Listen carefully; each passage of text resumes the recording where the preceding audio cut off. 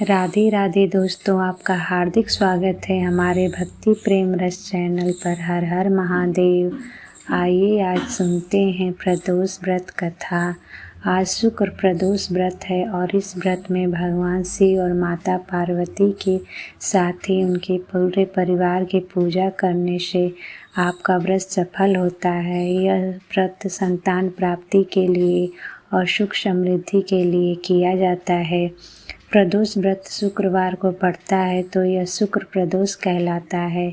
शुक्र प्रदोष के शुभ संयोग में प्रदोष का व्रत करने से आपको भगवान शिव के साथ माँ लक्ष्मी भी प्रसन्न होती हैं। तो आइए सुनते हैं शुक्र प्रदोष व्रत की कथा, जिसको सुनने से व्रत का संपूर्ण फल प्राप्त होता है।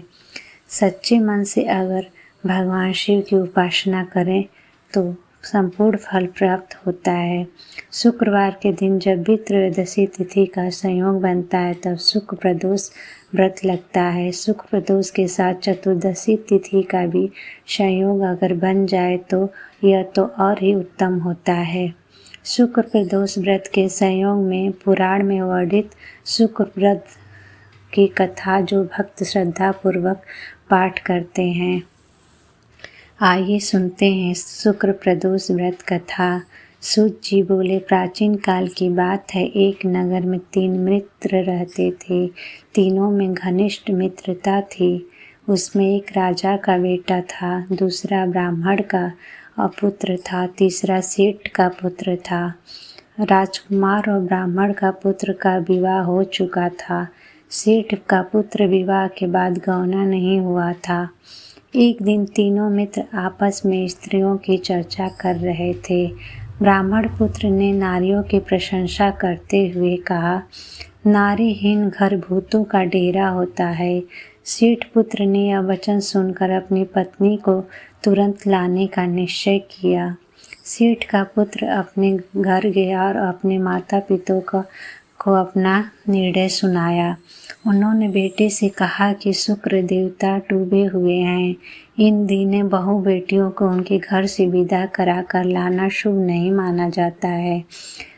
अतः शुक्रोदय के बाद तुम अपनी पत्नी को विदा करके ले आना। सेठ का पुत्र नहीं माना, अपनी जिद से टस से मस नहीं हुआ और अपने ससुराल में जा पहुंचा।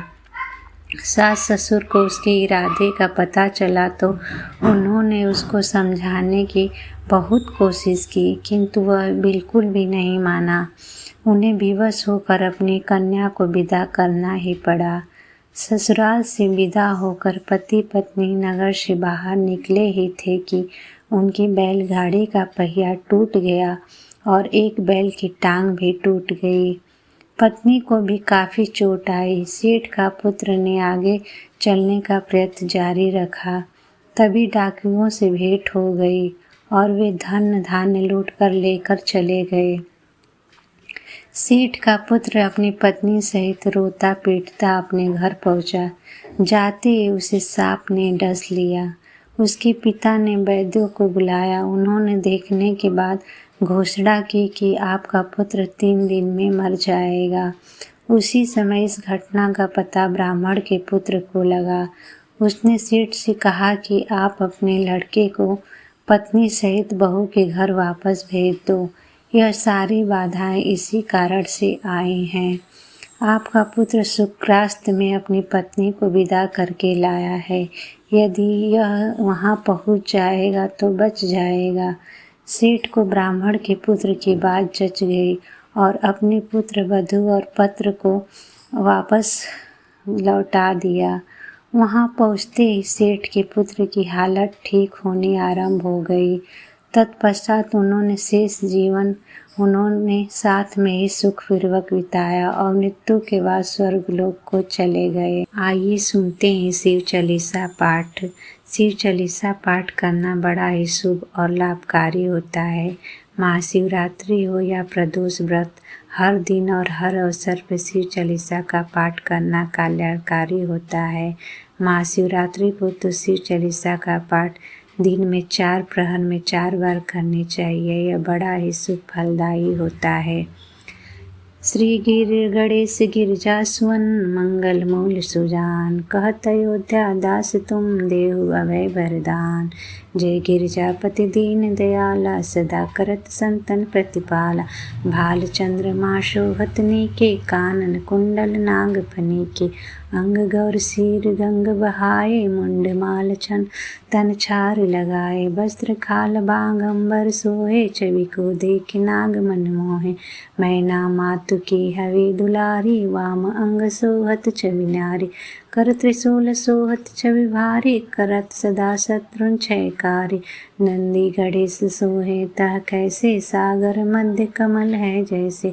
कार्तिक श्याम और गढ़राऊं या छवि को कह जात न काऊं। देवन जब ही जाय पुकारा तब ही दुख प्रभु आप निवारा।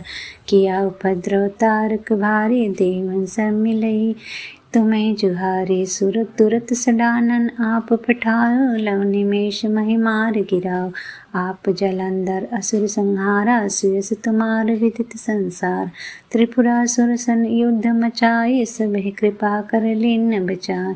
किया तपहि भागीरथ वारी प्रतिज्ञा तास पुरारी। दानिन मह तुम सम कोई नाही सेवक स्तुति करत सदाई। वेद नाम महिमा तब गाई अखत अनादि वेद नहीं पाई। प्रगट उठति मंथन में ज्वाला जरत सुरासुर भय विहाला।